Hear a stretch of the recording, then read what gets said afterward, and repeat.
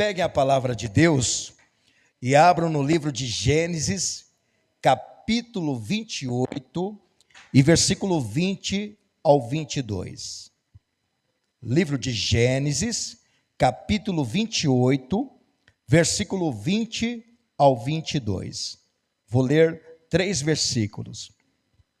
Está escrito assim: E Jacó fez um voto, dizendo: se Deus for comigo e me guardar nesta viagem que faço, e me der pão para comer, e vestes para vestir, e eu em paz tornar a casa de meu pai, o Senhor será o meu Deus.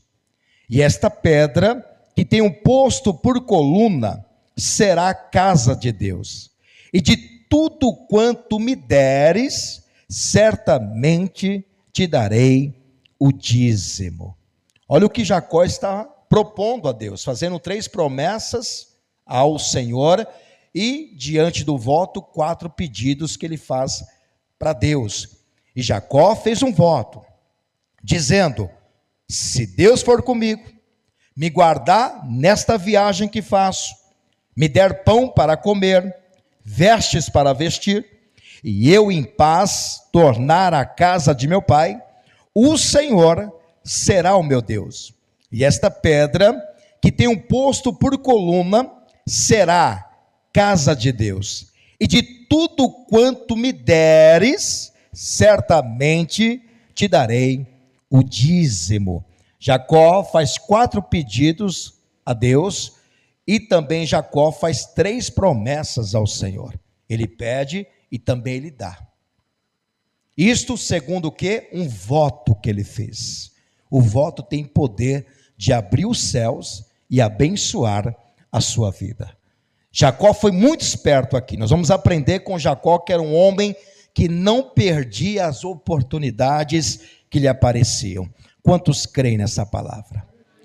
Eu vou reler mais uma vez o versículo 20, só a parte A do versículo, e eu quero que você repita comigo bem alto e bem forte. Vamos lá? E Jacó, mais alto, e Jacó fez um voto. Mais uma vez, e Jacó fez um voto. Agora bem mais alto para todo o Campo Belo ouvir e para que você receba o seu milagre. Vamos lá. E Jacó fez um voto. Quantos creem assim? Então desocupe as tuas mãos e dê para esta palavra a mais sincera, a mais poderosa, a mais verdadeira salva de palmas.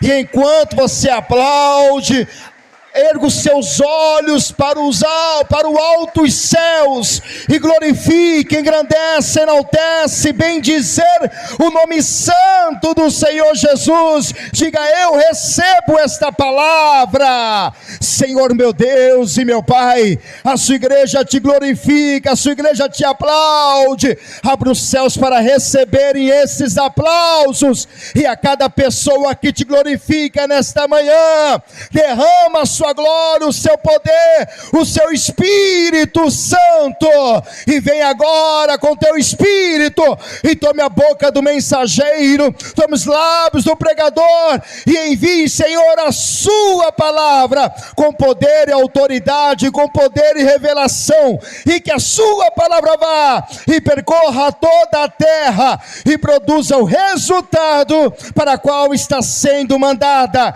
em nome de Jesus. Amém e graças a Deus. Tome o seu assento, Jacó. A palavra Jacó no hebraico quer dizer Jacobe. Isto significa aquele que segura no calcanhar. Você conhece a história de Jacó, que ele saiu grudado no calcanhar do seu irmão Esaú. Jacó era o filho mais novo, né? De gêmeos, ele foi o último a sair da barriga da sua mãe. Jacó, ele era um homem sonhador, ele sonhava.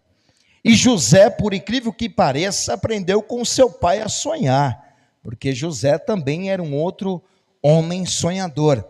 E os sonhos de Jacó se tornaram realidade.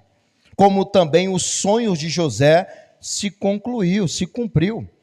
São oportunidades que nós não podemos perder. Jacó, na primeira oportunidade que ele teve em um sonho com Deus. Primeira vez que Deus aparece para Jacó em um sonho. Ele não deixou escapar a sua bênção. Jacó era um homem muito ágil, com as oportunidades, e ele sabia muito bem aproveitar esses momentos. Quando ele viu Deus, ele já correu para abraçar as oportunidades que estavam lhe aparecendo, né? E em alguns momentos você vai ver que Jacó não perde a oportunidade. Ocasiões ele abraça e toma posse. Isso desde o ventre da sua mãe. Ele já segurou no calcanhar do seu irmão como se não deixasse a bênção ir embora. Por que Jacó segurou no calcanhar do seu irmão? O que ele queria? Sair primeiro. Jacó queria sair primeiro. Ele não quis deixar Esaú vencer a batalha, né? Mas Esaú ser o primeiro. Jacó, já no ventre da sua mãe, ele já estava entendendo o poder da primogenitura. Então, olha, Jacó já abraçou a oportunidade no ventre da sua mãe. Depois, quando ele nasce, cresce, junto com seu irmão Esaú, ele vai fazer uma sopa, né, um guisado, prato de lentilhas, vende aquele guisado, aquela lentilha, né, por a primogenitura de Esaú, ele troca, oportunidades. Esaú chega cansado, dizendo, eu quero um prato desse guisado aí, desse prato de lentilha, Jacó, meu irmão. E Jacó disse, você quer? Então vamos fazer o seguinte, eu te dou um prato de lentilha, mas você me dá a sua primogenitura? Abraçando as oportunidades. O seu irmão cansado, não vendo o futuro daquilo, não esperava nada de bom daquela primogenitura, até porque o seu pai era vivo. E o filho primogênito, ele toma posse da herança quando o pai morre. E sabe lá quando Isaac iria morrer. Então Esaú simplesmente vai lá e troca. Vende o seu direito de herança na família por um prato de lentilha. E quem foi esperto nesse meio? Jacó. Ele abraçou as oportunidades. Como é que ele era um homem esperto. Aí também, agora, no sonho, Deus aparece para ele.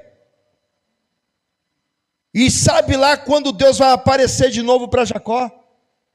E nesse exato momento que Deus aparece para Jacó, Jacó também abraça a oportunidade. Não deixa escapar. E aí ele vai fazer um voto e vai pedir ao Senhor. É mais ou menos o que aconteceu com Salomão. Você se lembra quando Salomão orou pedindo conhecimento e sabedoria? Ele tem dobrado os seus joelhos, tem pedido ao Senhor, Deus, o meu pai Davi me fez rei em seu lugar, e agora eu tenho uma nação muito grande para governar, e eu sou um menino tenro, eu sou um menino novo, eu não tenho conhecimento, eu não tenho sabedoria, eu não sei lidar com um povo tão grande que meu pai Davi deixou, e eu te peço, meu Deus, sabedoria e conhecimento de causas para poder julgar, fazer justiça ao povo de Israel, porque aquele tempo eram os reis que faziam juízos, não tinham mais juízes, né? Assim, não estava mais debaixo da autoridade do juiz, mas debaixo da autoridade de reis, e Salomão era um rei, ele precisava julgar o povo corretamente, sem fazer injustiça, mas para ele julgar o povo de forma certa, correta, ele precisa ter o conhecimento da causa. Sem conhecimento da causa, você não sabe julgar. Então, o Salomão está pedindo o conhecimento da causa. E não só o conhecimento da causa, ele pediu também sabedoria. Porque o conhecimento te traz o entendimento daquilo que está acontecendo. Mas a sabedoria te dá a decisão correta. Você tem o conhecimento da causa, depois você julga a causa. E se você não tiver sabedoria, você julga completamente errado. Acontece muito com muitos juízes nos dias de hoje. Tem muitos juízes que têm conhecimento de causa, mas não têm sabedoria para julgamento. Quando julga de forma errada. Nós temos visto isso em vários lugares. Conhecimento é uma coisa, sabedoria é outra. Eu tenho conhecimento da causa, eu conheço as leis, mas quando eu faço o juízo, eu julgo de forma errada. Eu não julgo com sabedoria. E Salomão quer ter o conhecimento da causa e quer ter sabedoria para julgar a causa. E você conhece a história, aparece lá duas mulheres que tiveram filhos no mesmo tempo e que moravam juntas, e que eram dois bebês meninos, e agora uma se deita em cima de uma criança e mata, enquanto a outra está lá do lado o seu filhinho vivo. Na mesma noite, a mulher que matou a sua criança dormindo em cima dela, corre, coloca o neném morto do lado da mãe que tem o bebê vivo, e pega o bebê vivo e sai com ele. Só que a mãe do bebê vivo sabe que aquele bebê morto não é dela. E fica aquele impasse, aquela briga, porque as duas mulheres moravam na mesma casa, tiveram filhos no mesmo tempo, dois meninos, e eram parecidos. E aquele tempo não tinha DNA, que hoje você tem um DNA, você sabe se o filho é da pessoa ou não. Mas não tinha. Qual que era o DNA daquele tempo? Espiritual. Aí levam para onde essa causa? Leva ao conhecimento de quem? Diga, do rei Salomão. E Salomão está vendo aquela causa, aquela briga de duas mães, um bebê vivo e o outro morto. E a mãe do bebê morto, o que diz para o rei? Ó rei, esse bebê é meu, esse bebê vivo aqui é meu, o morto é dela.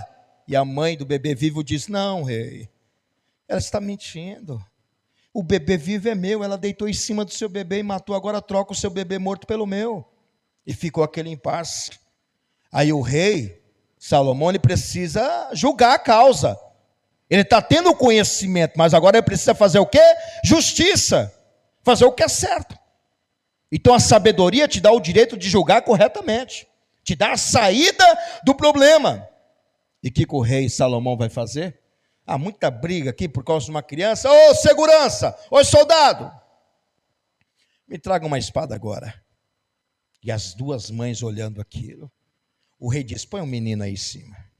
Pegou a espada e falou, vou partir no meio, assim ninguém briga mais, um pedaço fica para você e o outro pedaço fica para outra. A mulher que tinha o bebê morto, que não era a mãe do bebê vivo, diz, é isto mesmo rei, nem meu nem dela, pode fazer isto. O rei diz, como é que é? É rei, nem meu nem dela, pode cortar agora. O rei pega a criança viva e dá para a verdadeira mãe, porque qual a mãe que quer o seu filho morto? Essa mãe, mesmo vendo o seu filho vivo na mão de uma estranha, ela prefere o filho vivo na mão de uma estranha do que o filho morto. Aí o rei pega o bebê e dá para a verdadeira mãe. Ele teve conhecimento da causa e ele teve sabedoria para julgar a causa. Você tem que pedir as duas coisas: conhecimento da causa e sabedoria para fazer justiça.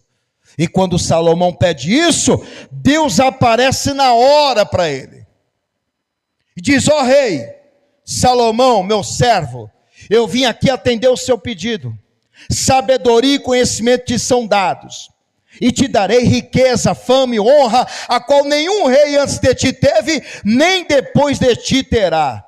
Haverá um rei como tu, sábio e rico sobre a terra. Salomão soube aproveitar o quê? As oportunidades. Assim como Jacó soube aproveitar as oportunidades. Jacó aproveitou a oportunidade no ventre da sua mãe. Jacó aproveitou a oportunidade quando seu irmão trocou a sua primogenitura por um prato de lentilha. Jacó aproveitou a oportunidade quando Deus apareceu para ele, assim como Deus apareceu para Salomão. Olha só que coisa! E Jacó soube aproveitar a oportunidade quando o anjo, que é o próprio Deus, aparece para ele em uma teofania como um homem no val de Jaboque. Jacó não perdeu nenhuma oportunidade. Todas as oportunidades que ele teve, ele as abraçou e teve sucesso na sua vida. Nós aprendemos com Jacó, nunca deixe que as oportunidades escapem das suas mãos. elas precisam serem avaliadas, possuídas e executadas. Elas precisam antes mesmo serem avaliadas. Sendo boas oportunidades, geram bons resultados e uma vida de sucesso. Não rejeitem as oportunidades. Avaliam. São boas? Boa. Vai gerar bons resultados. A pessoa que sabe aproveitar as oportunidades terá um futuro de paz. Diga comigo, a pessoa que sabe aproveitar as oportunidades terá um futuro de paz. Você sabia que tem muita gente que sofre hoje por conta disso? Não soube aproveitar as oportunidades. Esaú soube aproveitar? Não. E quando Esaú menosprezou a sua oportunidade de ser o primogênito da sua casa, ele menosprezou. Para ele ser primogênito, não teria tanto futuro assim. Não teria uma vida de sucesso. Em ocasião disto, Jacó abraçou a oportunidade, vendo à distância o futuro daquilo. Porque ele sabia que teria um sucesso de paz, de prosperidade. O Esaú menosprezou sua primogenitura. Jacó abraçou com fé, vendo futuro de sucesso para a sua vida. Vou te dar 2 exemplos aqui, de 2 homens. Primeiro, Esaú. Saul. O que Saul fez com a oportunidade que Deus deu a ele? O Esaú era rei de Israel. Ele tinha a oportunidade de marcar o seu nome nos anais da palavra de Deus, nos anais das escrituras sagradas, nos anais da história de Israel. Ele teve a oportunidade de marcar o seu nome. E Israel reconhecer Esaú como um grande rei, como um rei vencedor. Mas ele não soube aproveitar a oportunidade. Quando aparece para Esaú Golias, quando aparece para Saul Golias, o que Saul faz? O que Saul faz quando ele vê Golias à sua frente? Ele fica com medo. Ele já pensa negativo. Ixi, eu não vou lutar com esse homem não, que eu vou morrer. No meu exército também não tem ninguém para lutar contra ele. Esse homem é muito forte, muito grande. Ele é um homem experiente em guerra. Não, melhor que ninguém vá para a guerra, porque vão morrer. Diz a palavra que Saul fica escondido. Ouve lá o gigante Golias gritar, chamar, desafiar os soldados de Israel, inclusive Saul, por 40 dias, de dia e de noite. Todos os dias ele fazia isso. Ele saía do lugar de acampamento dos filisteus, descia no vale e gritava onde estava o acampamento de Israel, onde estavam os soldados no monte. Saul, não tem um homem que possa descer aqui no vale e vir lutar contra mim? Olha, Saul, se este soldado seu, ou até mesmo você, Saul, me vencer, o meu povo será escravo do seu povo. O meu povo servirá o seu reino. Mas se eu vencer esse soldado, vocês serão nossos escravos. E diz a palavra que esse Golias, esse gigante, não foi uma vez que ele desafiou. Não foi 2 vezes, 10 vezes, 30 vezes. Foram 40 vezes todos os dias. E Saul, como é que ele estava? Com medo. Se escondendo da oportunidade que Deus daria a ele. Se ele fosse, Deus daria vitória para ele. Porque ali Saul representava o povo de Deus, Israel. Os soldados eram soldados do exército de Deus, do grande exército. Mas Saul não soube aproveitar a oportunidade. E quem aparece lá para aproveitar a oportunidade? Quem aparece para aproveitar a oportunidade de marcar o seu nome na história de Israel, diga Davi. Davi não tinha nem tamanho para exército. Davi não tinha lutado com nenhum soldado inimigo. Mas Davi estava alcançando e possuindo as oportunidades que lhe apareceram. Davi não abriu mão, não jogou fora as oportunidades que lhe apareceram. Olha o que Davi vai dizer aqui, em 1 Samuel, capítulo 17, versículo 32. Olha o que ele vai dizer para o rei Saul, que não possuiu a oportunidade, que não recebeu, não tomou posse. E Davi disse a Saul: não desfaleça o coração de ninguém, por causa dele Golias. Teu servo irá e pelejará contra este filisteu. Qual foi o fim dessa história? Diga: Golias perdeu a cabeça através da espada sua pelo Davi. O Golias morreu na sua própria espada. Não foi nem espada de Davi, porque Davi não tinha espada. Davi só tinha cajado, funda e pedras, que era a ferramenta de um pastor de ovelhas, que Davi era pastor de ovelhas, literalmente dizendo, ovelhas, animais, e ele carregava funda, pedras e cajado. Nem espada ele tinha, porque ele não era soldado do exército de Saul, mas ele arrancou a cabeça de Golias com a própria espada dele. Ou seja, Davi aproveitou as oportunidades que lhe apareceram. E sabe o que aconteceu lá na frente? Vou mostrar para você, depois que ele vence Golias. Leia comigo em 1 Samuel, capítulo 18, versículos 6 e 7, eu quero ler na tradução NTLH. Olha o que acontece com Davi agora. Quando os soldados estavam voltando para casa, depois de Davi ter matado Golias, as mulheres de todas as cidades de Israel saíram para encontrar quem?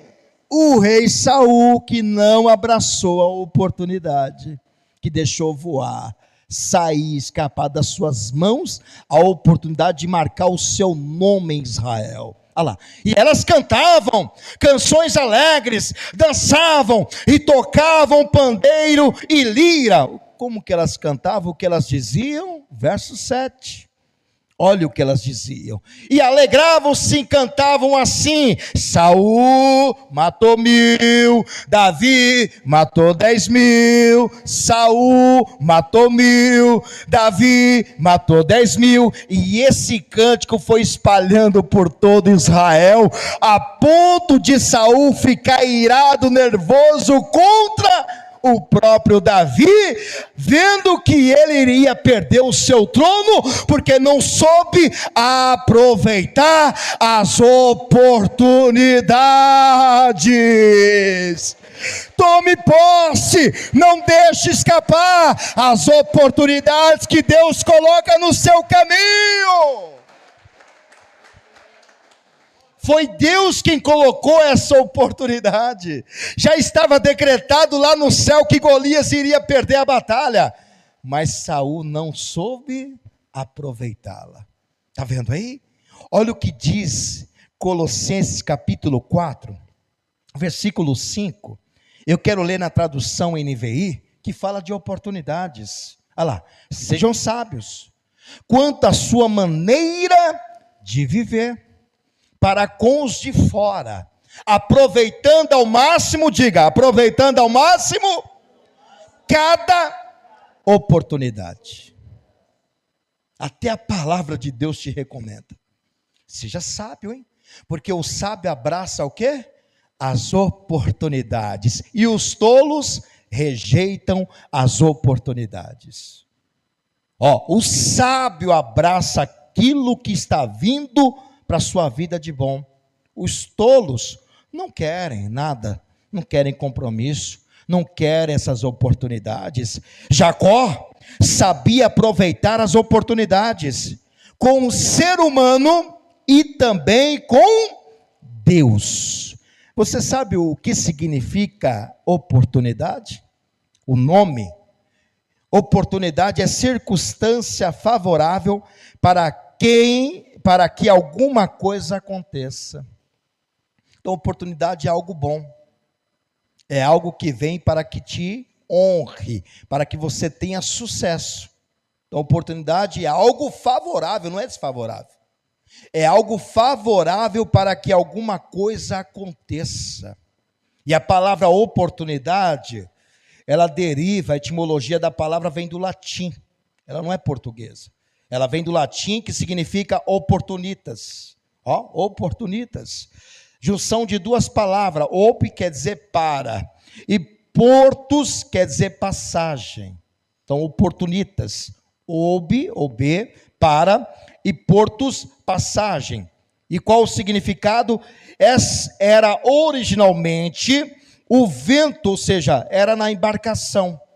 Usava esse nome oportunidade, oportunitas, quando o barco estava navegando.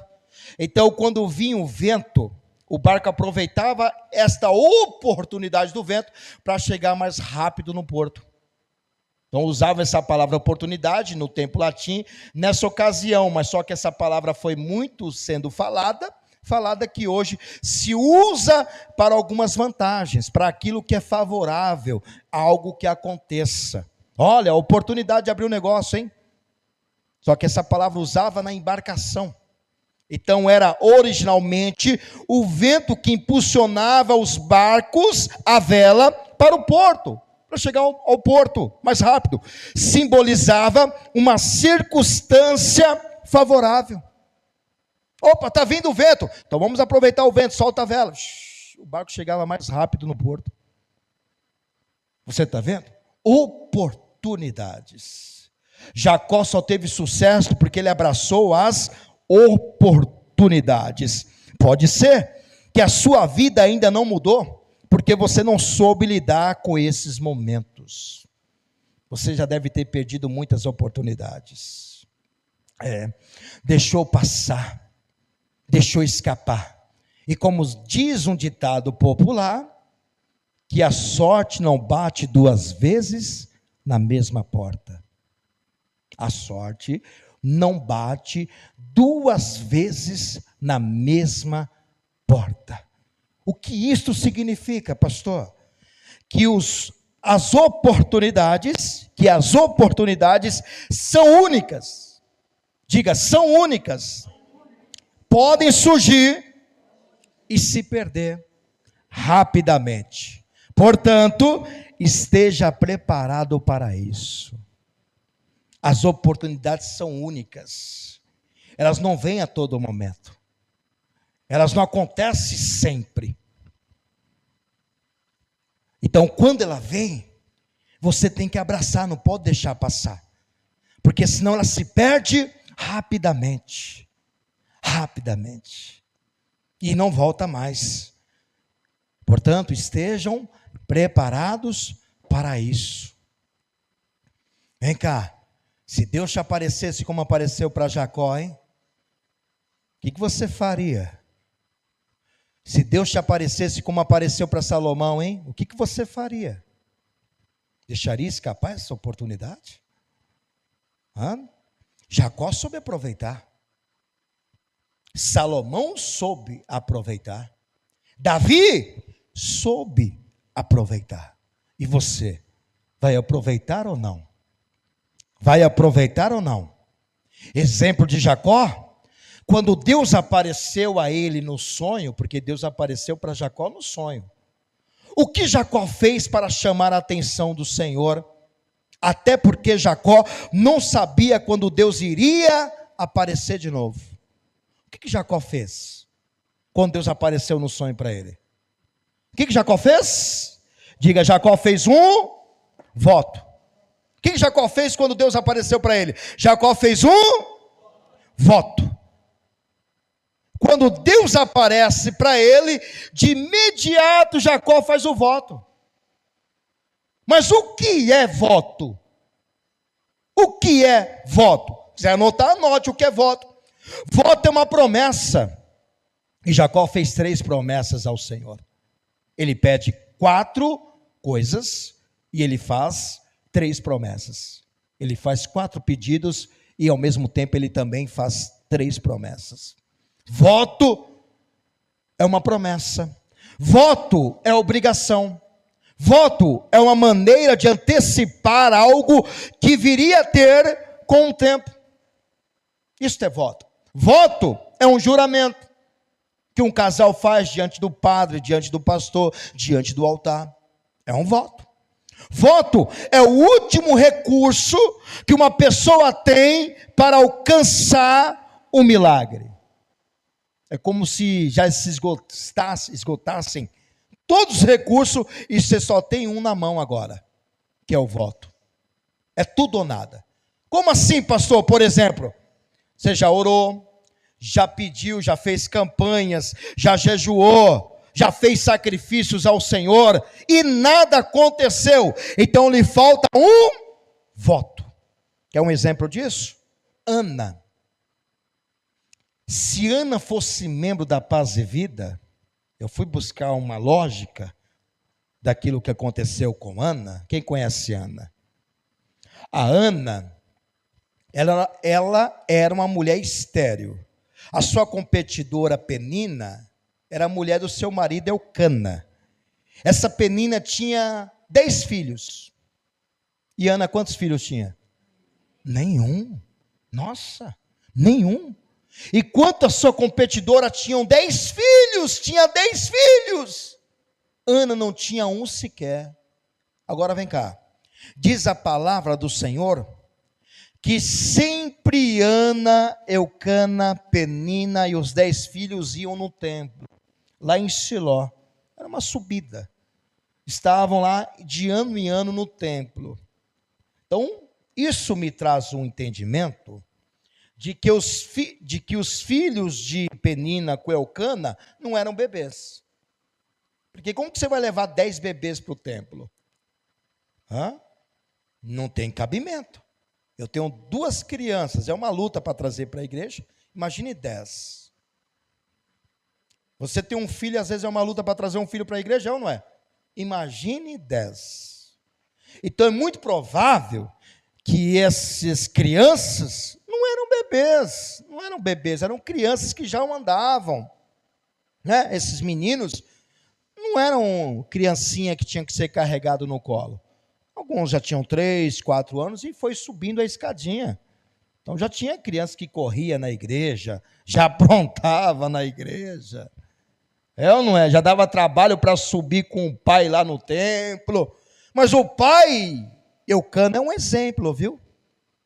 Nós temos que se espelhar nele nessa parte. Ele não deixava um filho sequer sem ir na igreja. Ele levava os 10. Meu pai, pastor, meu filho não vem. Você tem que fazer como Eucana. Você tem que trazer seu filho.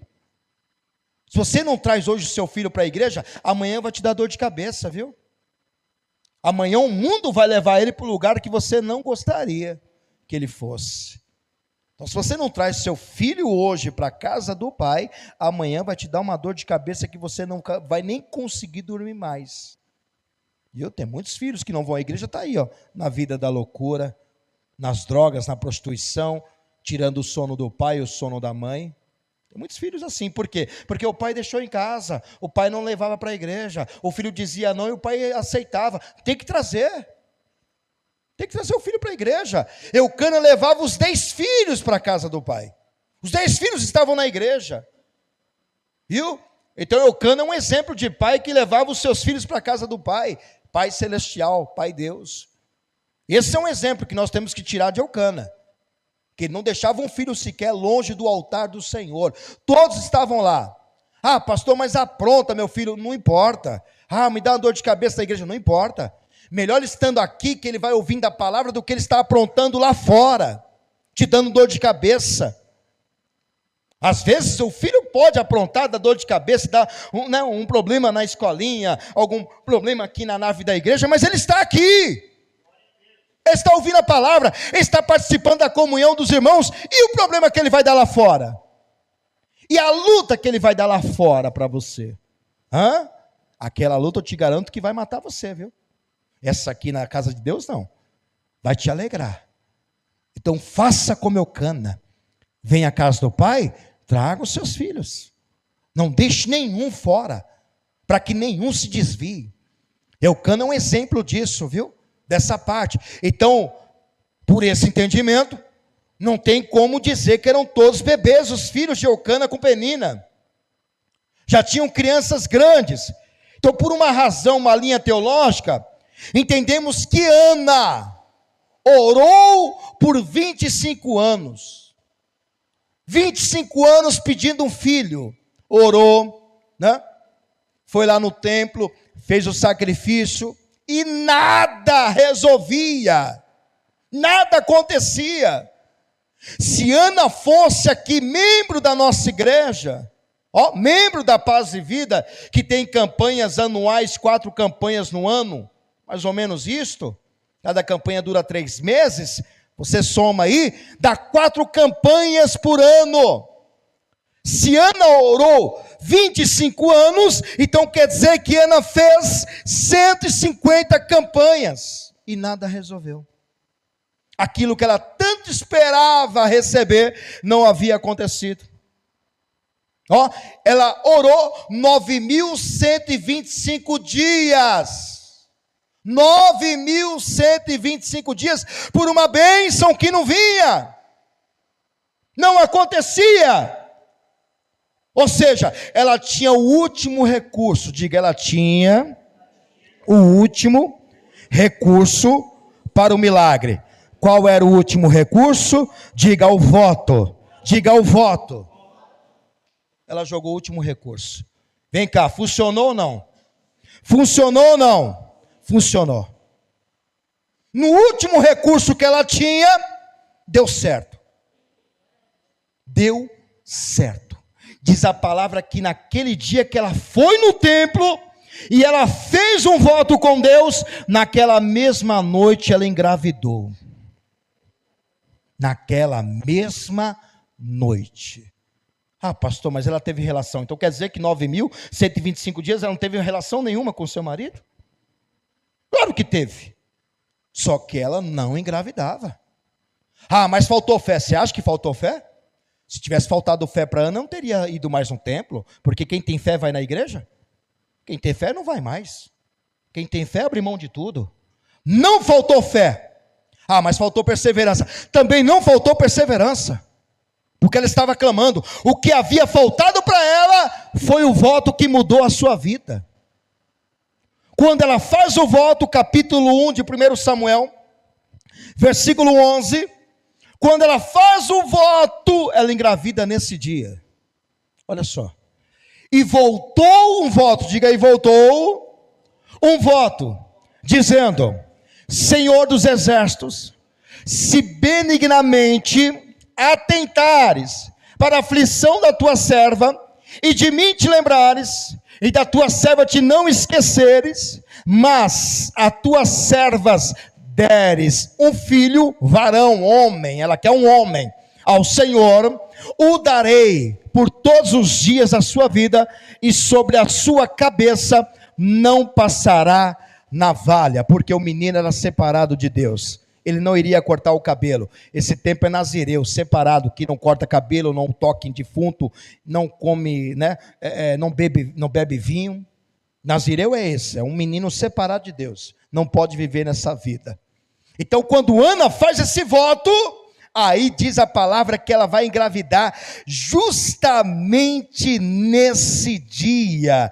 Aí mesmo, capítulo 1 de Samuel, olha o versículo 17. Então respondeu Eli e disse: vai em paz, e o Deus de Israel te conceda a tua petição que lhe pediste. E disse ela: ache a tua serva graça em teus olhos. Assim a mulher se foi em seu caminho, comeu, e o seu semblante já não era triste. Por que já não é mais triste? Porque ela tem certeza que já engravidou nesse dia. Ela já não era mais triste. Porque quando ela faz um voto, ela tem a certeza que Deus já respondeu. Senão ela teria o semblante triste novamente. Já não era mais triste. Versículo 19. E levantaram-se de madrugada, e adoraram perante o Senhor, e voltaram, e vieram à sua casa a Ramá, e Eucana conheceu Ana. Ah, pastor, ele conheceu, aqui teve relação, muda para NTLH, versículo 19, olha lá, conheceu é que teve relação. Na manhã seguinte, Eucana e sua família se levantaram cedo e adoraram a Deus, o Senhor. Aí voltaram para casa em Ramá, e Eucana teve relações com a sua esposa Ana, e o Senhor respondeu a oração dela. Por que não respondeu antes? Será que Deus não ouvia a sua oração? Deus só respondeu por causa do voto. Diga: Deus respondeu por causa do voto. Olha o que vai acontecer, versículo 20. E ela ficou o quê?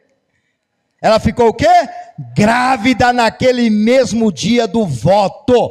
E no tempo certo, que demora 9 meses para a criança nascer, e no tempo certo deu à luz um filho, pôs nele o nome Samuel, e explicou: eu pedi esse filho a Deus, o Senhor. Oh, glória! Olha, a Ana jogou a última carta que tinha nas mãos. Qual a carta? Voto. Pastor, mas o que é voto? O voto? A palavra voto no hebraico quer dizer neder. Se quiser anotar aí, voto quer dizer neder. Neder é fazer uma oferta com um propósito específico. Vem cá, qual foi a oferta de Ana aqui? O próprio filho. A oferta de Ana foi o próprio Samuel. Porque voto quer dizer neder. Neder significa fazer uma oferta com um propósito específico. A Ana fez um voto em favor do filho que ela queria. E a oferta desse voto foi Samuel. E quando Ana dá Samuel para Deus, quantos filhos ela tem de novo? Quantos filhos? 5 filhos. Ela não ficou zerado. Deus não deixou ela sem. Ela deu 1 e recebeu 5. E eu vou te dizer mais, esse filho Samuel pode até ter saído da sua casa, mas nunca saiu da sua vida. Por quê? Foi morar no templo. Com 3 anos de idade, quando o menino desmamou, ela levou para onde? Para a casa de Deus. E o que Samuel se tornou, hein? Diga comigo: Samuel se tornou sacerdote, juiz e profeta. É mole, é? É mole? Sacerdote, juiz e profeta. Quem fazia os sacrifícios dos pecados do povo de Israel? Diga: Samuel. Quem fazia os sacrifícios dos pecados do povo de Israel? Samuel. Quem era Samuel? Filho de Ana, filho de um milagre, filho de uma mulher estéril, filho de um voto. Filho de um voto. Quem profetizava para o povo de Deus em Israel? Diga: Samuel. Quem era a voz de Deus para o povo de Deus? Samuel. Quem julgava as causas do povo de Israel que fazia coisas erradas? Diga: Samuel. Quem foi o sacerdote que ungiu o melhor rei de todos os tempos? Samuel. Quem é o melhor rei? Davi. Imaginem, Ana, quando chegava no templo, olhava aquele menino que já não era mais um menino, era um sacerdote, era um profeta, um juiz de Deus, e todo mundo chegava diante de Samuel, porque tinha Samuel como uma grande autoridade de Deus na terra. E Ana batia no peito e dizia: olha, está vendo Samuel? Estou vendo, é meu filho. É meu filho. Imagine o sorriso da mãe, hein? A Ana enchia a boca para falar de Samuel, hein? Quando você tem prazer no filho, você enche a boca para falar dele. Quando o filho te dá alegria, te dá paz, te dá felicidade, você fala com maior orgulho. Porque você tem prazer em falar: aquele lá é meu filho. Samuel é meu filho. Todos os anos a mãe levava uma roupa para ele, uma túnica de cores. Todos os anos estava a Ana lá olhando Samuel, e Samuel lá fazendo o trabalho, o ofício da casa de Deus. Você acha que Ana não chegou para Samuel e disse: Samuel, meu filho, você é um voto. Você acha que Ana não contou a história para Samuel como que ele nasceu? Você acha que Samuel não sabia como que ele tinha nascido? Claro que sabia. Então a mãe dizia assim: meu filho, preserva a unção de Deus sobre a sua vida, porque você é nazireu, você é separado de Deus, você é usado por Deus, você é um milagre.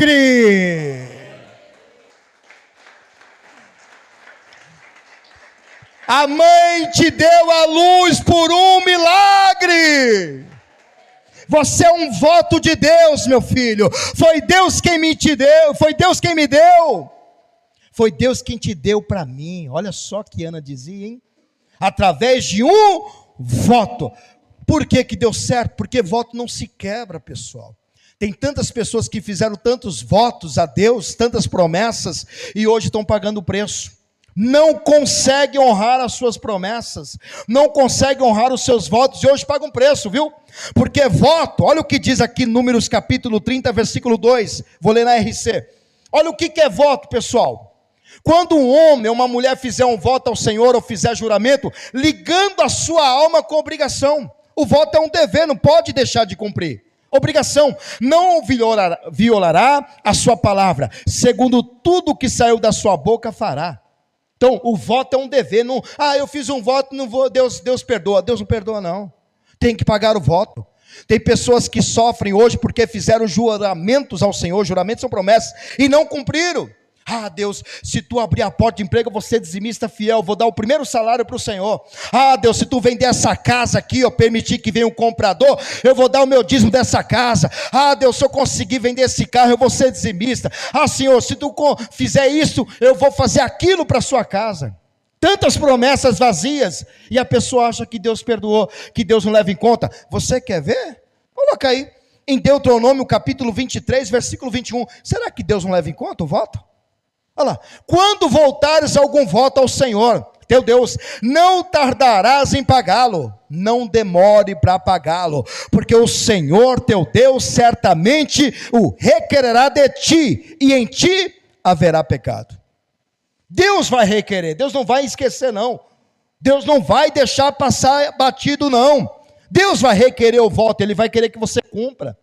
Então Jacó, ele sabia que um voto iria atrair a presença de Deus, é por isso que ele faz um voto, e ele fez um voto, mas antes do voto ele faz o quê? 4 pedidos, diga comigo, 4 pedidos. Jacó fez ao Senhor 4 pedidos. Qual foi o primeiro pedido de Jacó? Vamos ver qual foi o primeiro pedido? Diga, Deus, se Deus for comigo. O que Jacó quer, hein? Presença de Deus. Jacó, quando vê o Senhor aparecendo em sua frente no sonho, ele não perde a oportunidade. Ele já abraça essa oportunidade e ele já faz um voto pedindo o quê? A presença de Deus. Jacó sabe que sem a presença de Deus não terá sucesso em sua vida. Nós, sem a presença de Deus, não somos ninguém. Deus precisa estar conosco. Então é como se Jacó dissesse, eu tenho muitos planos, eu tenho futuros à frente, eu tenho planos futuros, eu tenho coisas para realizar, mas se Deus não for comigo não vai dar certo. Então eu quero a presença de Deus. Se Deus estiver com você, você prospera onde colocar as suas mãos. Aprenda isso, viu? Se Deus estiver contigo no trabalho, você prospera, as suas coisas dão certas. Agora, se Deus não tiver, nada acontece. Jesus disse, sem mim nada podereis fazer. Você lembra de José? Olha só, Gênesis capítulo 39, versículo 2 e 5. Por que José prosperou na casa de Potifar? Olha lá. E o Senhor estava com quem? Com José, a presença de Deus com José. E foi varão próspero, só dava certo porque Deus estava com José. E estava na casa do seu senhor egípcio. Vendo, pois, o seu senhor, que o Senhor estava com ele, que o Senhor Deus aqui, o Deus de Israel, estava com José, e tudo que ele fazia, o Senhor prosperava em sua mão. Já José achou graça aos seus olhos, e servia-o, e ele o pôs sobre a sua casa, entregou na sua mão tudo que tinha. Quem é que faz isto? Entrega tudo na mão de um escravo? José era escravo. Como é que alguém tem tanta confiança num escravo? Como que alguém tem tanta confiança em uma pessoa que nunca viu? Como que alguém coloca a chave do tesouro, da sua casa, do campo, de tudo que tem, toda a riqueza, na mão de um escravo? Quem faz isso? Diga, só Deus. Diga, só Deus. Ele tira o homem da escravidão e coloca como príncipe. José se tornou o governador de Israel. Olha o versículo 5. E aconteceu que desde que pusera sobre a sua casa e sobre tudo que tinha, o Senhor abençoou a casa do egípcio por amor de José. E a bênção do Senhor foi sobre tudo que o Potifar tinha na casa e no campo. Tudo prosperou por causa das mãos de José, que estava sobre a casa do teu Senhor. Diga: Deus, eu preciso da tua presença comigo para me fazer prosperar. Faça como Jacó, abraça as oportunidades. Segundo pedido que Jacó fez: e me guardar nesta viagem que faço. Coloca aqui o segundo pedido. O que Jacó está pedindo aqui? Jacó sabia que no deserto tem muitos assaltantes, e ele quer a proteção de Deus. Ele quer que Deus guarde ele no deserto. Tem assaltantes, tem matadores, tem inimigos, então ele quer a proteção de Deus. E o que diz o Salmo 121, verso 1, hein? Esse Salmo é muito lindo, eu quero ler com vocês. Eleva os meus olhos para os montes, de onde me virá o socorro? O meu socorro, coloca o versículo 2. O meu socorro vem de quem? Vem do Senhor. Que mais? Que fez os céus e a terra. Não deixará vacilar o teu pé. Aquele que te guarda não tosquenejará. Eis que não tosquenejará, nem dormirá o guarda de Israel. O Senhor é quem te guarda, o Senhor é a tua sombra, a tua direita. O sol não te molestará de dia, nem a lua de noite. O Senhor te guardará de todo o mal. Ele guardará a tua alma. O Senhor guardará a tua entrada e a tua saída, desde agora e para sempre. Quem te guarda não dorme, quem te guarda não vacila, quem te guarda é o Deus de Israel. E não é só esse salmo de proteção não, Salmos 91, versículo 1, vamos lá? Aquele que habita no esconderijo do Altíssimo, a sombra do Onipotente descansará. Direi ao Senhor, Ele é o meu Deus, o refúgio, a minha fortaleza, e nele confiarei, porque Ele te livrará de todo o laço do passarinheiro e da peste perniciosa. Ele te cobrirá com as suas penas, e debaixo das suas asas estarás seguro. A sua verdade é escudo e broquel. Não temerás espanto noturno, nem seta que voe de dia, nem peste que ande na escuridão, nem mortandade que assole ao meio-dia. 1000 cairão ao teu lado, 10.000 à tua direita, mas tu não serás atingido. Somente com os teus olhos olharás e verás a recompensa dos ímpios, porque tu, ó Senhor, és o meu refúgio, o Altíssimo é a tua habitação. Nenhum mal te sucederá, nem praga alguma chegará à tua tenda, porque aos seus anjos dará ordem ao teu respeito, para te guardar em todos os teus caminhos. Eles te sustentarão nas suas mãos, para que não tropeces com teu pé em pedra. Pisarás o leão e a áspide, calcarás aos pés o filho do leão e a serpente. Por quê? Pois que tão encarecidamente me amou, também eu livrarei, poloei num alto retiro, porque conheceu o meu nome. É Deus quem te guarda. Não são os homens, é o Senhor que te protege. Jacó quer o quê? Diga: proteção. O terceiro pedido de Jacó: me dê pão para comer e vestes para vestir. O que Jacó pede aqui? Diga: provisão. Olha lá, pedido provisão.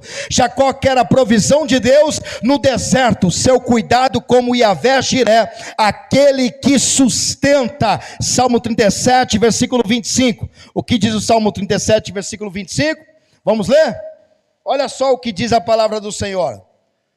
Fui moço, Davi dizendo, agora sou velho, mas nunca vi desamparado justo, nem a sua descendência mendigar o pão. Deus não vai te deixar passar fome, nem passar frio. Receba a provisão de Deus, pão e vestes para você. Jacó quer pão. Jacó quer vestes, Jacó quer a provisão de Deus. E o que disse o Senhor a Josué, como também a Jacó? Josué capítulo 1, versículo 5. Ninguém, diga comigo, ninguém susterá diante de ti todos os dias da tua vida. Como fui com Moisés, assim serei contigo. Não te deixarei, nem te desampararei. Deus vai te sustentar todos os dias da sua vida. Enquanto você viver, a sua família viver, não passarão fome, porque Deus vai prover. Vem cá, quantos dias Deus proveu no deserto para o povo? Um dia? Quantos dias Deus proveu para o povo no deserto? 40 anos. Ele também vai prover para você. Deus proveu pão, Deus proveu carne e proveu vestes que nunca envelheceram, sapatos que nunca desgastaram. Esse é o nosso Deus. Ele também vai prover para você. Quarto e último pedido de Jacó. Qual foi o último pedido de Jacó? E em paz tornar a casa de meu pai. Como que Jacó saiu de casa, hein? Brigado ou em paz? Brigado. Debaixo de ameaça de morte do seu irmão Esaú, que queria arrancar a cabeça de Jacó, hein? Eu vou matar meu irmão quando meu pai morrer, disse Esaú. Jacó fugiu, saiu brigado. E o que Jacó quer agora diante do Senhor? Ele quer a paz. Ou seja, Jacó saiu da casa do seu pai em guerra, em briga com seu irmão Esaú. Agora ele quer a bênção na família. Quantos querem a bênção na família?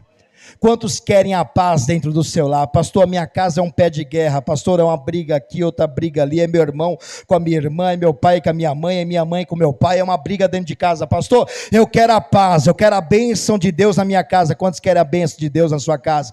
Receba nesta manhã em nome de Jesus. Olha o que diz em Gênesis capítulo 33, versículo 1 ao 4. Será que Jacó teve guerra na volta para casa do seu irmão, ou na casa do seu pai e da sua mãe? Olha lá.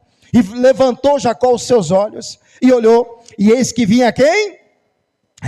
Esaú, seu irmão, e 400 homens com ele. Então repartiu os filhos entre Leia e Raquel, e as duas servas, Bila e Zilpa, né?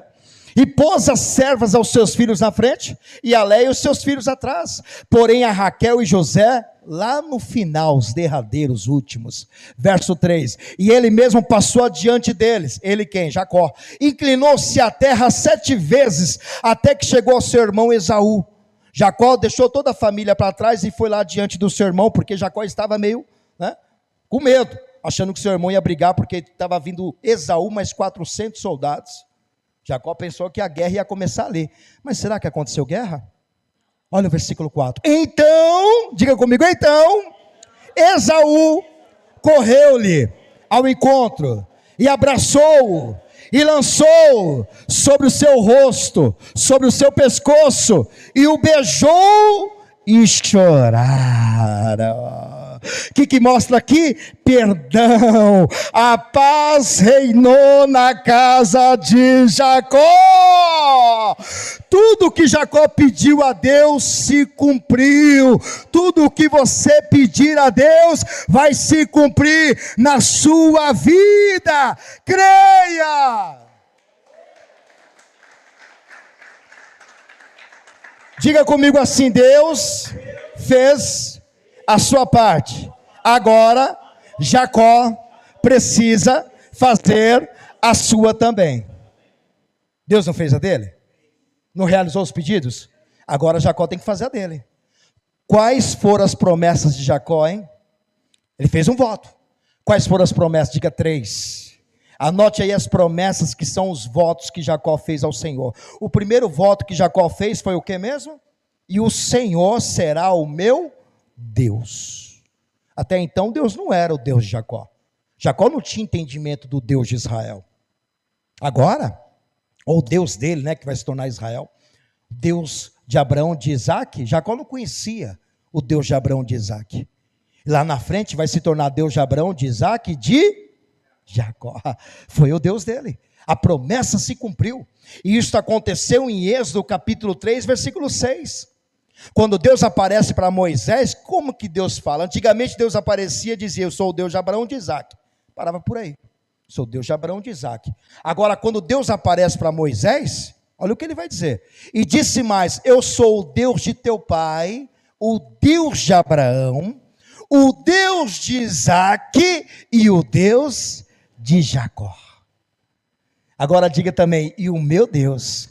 Fala o seu nome, vai. Eu vou, depois de Jacó, você fala o seu nome. Disse Deus, né? Disse o Senhor mais: eu sou o Deus de teu pai, o Deus de Abraão, o Deus de Isaac e o Deus de Jacó e o Deus... Ih, está muito fraco. Eu sou o Deus de Abraão, o Deus de Isaac, o Deus de Jacó e o Deus... Ouvi Josefa. Quem é Josefa? Ouvi José Raimundo. Eu ouvi Luan, cadê? Eu sou o Deus de... Diga: eu sou o Deus de... Fala o seu nome agora. Eu sou o teu Deus. Quer deixar Deus ser o teu Deus? Se Deus for o seu teu Deus, nada, ninguém vai tocar em você. Se Deus de Abraão, de Isaac, de Jacó, que é Israel, for o seu Deus, Deus vai te guardar, vai te sustentar, vai fazer você prosperar, e a presença dele vai ser contigo, e haverá paz dentro da sua família. Se o Deus de Abraão, de Isaac e Jacó for o seu Deus. Segundo voto que Jacó fez, qual foi mesmo? Edificarei a casa de Deus. Ó, o Senhor vai ser meu Deus e vai ter uma casa para o Senhor. Eu vou fazer uma igreja, vou construir um templo para o Senhor. Ou seja, Jacó não construiu a casa, realmente. Não deu tempo. Não construiu a casa pessoalmente. Mas Salomão, que era da sua linhagem, a quarta geração, construiu. Você sabia disso? Salomão é da quarta geração de Jacó? É.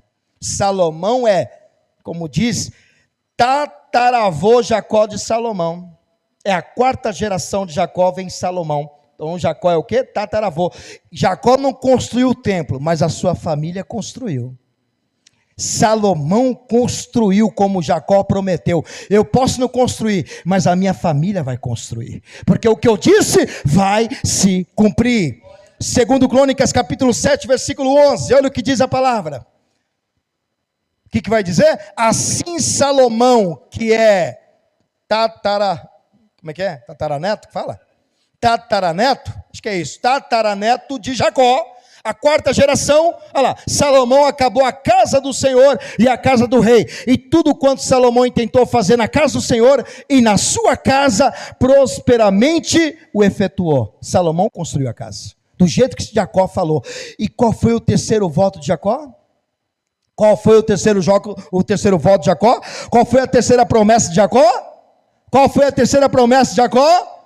Ah, ninguém quer falar esta, né? Qual foi a terceira promessa de Jacó? Ser dizimista fiel. Porque ser dizimista é uma coisa, ser fiel é outra. Ah, eu sou dizimista, uma vez eu devolvo, outra vez eu dou, outra vez não, quando sobra. Isso é dizimista. Agora, ser fiel é pontual em tudo que Deus dá. Todos os meses, todos os dias, se vier oferta, vier dinheiro na mão dela, na mão dele, é fiel ao Senhor. Ó, Jacó deu dízimo e ofertas alçadas, hein? Jacó foi fiel ao Senhor. Jacó dá dádiva ao seu irmão. Para quem que Jacó deu? Deu para o seu irmão, representando o próprio Deus. Olha lá, ao seu irmão, porque Jacó via em Esaú o rosto de Deus. Gênesis capítulo 33, versículo 8 ao 11. Eu quero ler esses versículos na NTLH, viu, Samuel? Se coloque de pé para você ler comigo esse último voto de Jacó. Depois Esaú perguntou a Jacó: e o que são aqueles grupos que encontrei pelo caminho? Jacó respondeu: por meio deles, pensei em ganhar uma boa vontade do Senhor. Olha só, versículo 9, e Esaú disse: eu já tenho bastante, meu irmão, não quero, fique com você o que é seu. Esaú está rejeitando a bênção, mas Jacó fez o quê? Insistiu em dar para ele. Não recuse, se é que mereço um favor seu, aceite o meu presente. Para mim, ver o seu rosto, Esaú, é como ver o rosto de Deus, pois o Senhor me recebeu tão bem. Verso 11, Por favor, aceite esse presente que eu trouxe para o Senhor. Deus tem sido bom para mim e me tem dado tudo o que eu preciso. E Jacó insistiu até que Esaú aceitou. Jacó deu para Esaú, vendo quem é Esaú? Diga, vendo o rosto de Deus. Do jeito que ele falou, e serei dizimista fiel ao Senhor. Jacó deu para Esaú como se tivesse dado para Deus, porque ele viu o rosto de Deus, porque Deus realizou todos os pedidos de Jacó, e é isso que você tem que fazer, ser fiel a Deus no dízimo e na oferta, ser fiel ao Senhor, como diz Jacó, construir o quê? Uma casa ao Senhor, e Deus será o seu Deus. Quantos creem assim? Então pode aplaudir ao Senhor Jesus. Receba nesta manhã esta palavra que vem do coração de Deus para o seu coração. Deus está realizando os seus pedidos. Cumpra os seus votos, porque Deus vai te abençoar. Amém?